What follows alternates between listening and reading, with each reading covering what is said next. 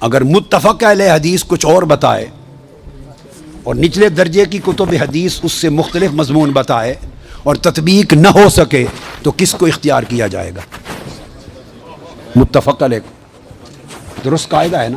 یہاں تطبیق ہے، آگے چلتے ہیں.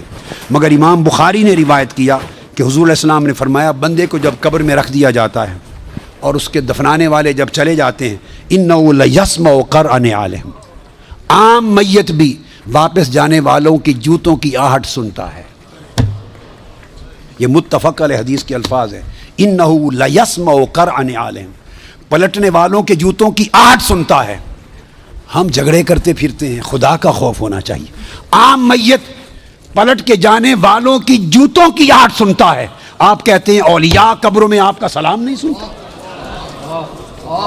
ہم کس چکر میں، ہم نے عقیدے کہاں سے لیے ہیں؟ ہم نے کیا ڈھونگ رچا رکھا ہے؟ آقا فرماتے ہیں عام میت سنتا ہے قبر میں لیٹا ہوا جوتوں کی آہٹ. اگر ہم سمجھیں کہ اولیاء اور صلحاء جو عام میت سے اونچے درجے وہ قبر پہ آنے والوں کو نہیں سنتے، یہ عقیدہ کہاں سے آ گیا؟ جب لوگ مر جاتے ہیں تو فرشتے آ کے اٹھا دیتے ہیں اور بٹھا کر ایک ہی سوال کرتے ہیں، ما کنت تقول فی ھذا الرجل لمحمد. جب پوچھا جاتا ہے تیرا رب کون ہے تو سوال کا جواب لیک آؤٹ نہیں کرتے، مشکل میں ڈالا، بتاؤ اگر جانتے ہو تو رب کون ہے. پوچھا جاتا ہے تمہارا دین کیا ہے تو جواب کا اشارہ نہیں دیتے. اللہ نے اپنے سوال میں اور اپنے دین کے سوال میں مشکل رکھی ہے، اشارہ نہیں دیا. جب محبوب کا پوچھا ہے تو تھوڑا سا اشارہ بھی دے دیا ہے کہ میرے محبوب کے امتی گھبرا نہ جائیں. میرے محبوب کے امتی یا رسول اللہ کہنے والے کہیں مشکل میں نہ آ جائیں.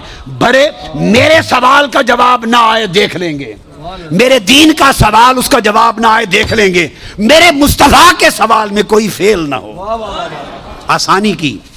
فرمایا اس ہستی کے بارے میں تو کیا کہا کرتا تھا؟ ساتھ ہی فرشتے بولتے ہیں لے محمد، ان کا نام محمد ہے. ہائے ہائے، پرچہ بھی دے دیا، کویسچن پیپر بھی دے دیا، جواب لیک آؤٹ بھی کر دیا، آسانی پیدا کر دی. اس ہستی کا نام محمد ہے. ایک ہی سوال بخاری اور مسلم متفق علیہ. تو میں نے آپ کو سارے حوالے دے دیے، آپ پوری بخاری اور مسلم اٹھا لیجئے.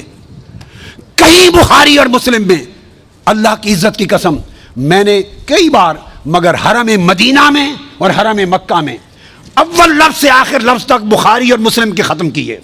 ایک ایک لفظ ختم کیا، اپنے بیٹے کو پڑھایا حرم میں. اور کئی بار زندگی میں کوئی شخص بخاری مسلم میں مجھے 3 سوال دکھا دے، میں اپنا عقیدہ بدل لوں گا.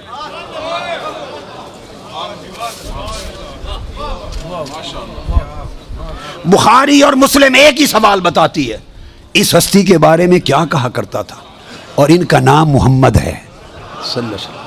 اب ایک نقطہ اور دیکھیے، وہاں سادہ سوال ہے تمہارا رب کون ہے، تمہارا دین کیا ہے. مگر جب یہ سوال ایک ہی ہے، اس میں پوچھا ما کنت تقول، کانا یکون جب مضارع پر آتا ہے تو ماضی استمراری کا فائدہ دیتا ہے.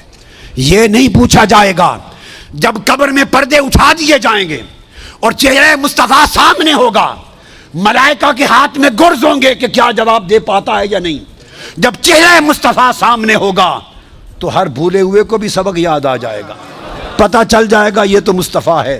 چونکہ شان آشکار ہو جائے گی تو فرمایا یہ نہیں پوچھنا کہ ان کے بارے میں عقیدہ کیا ہے،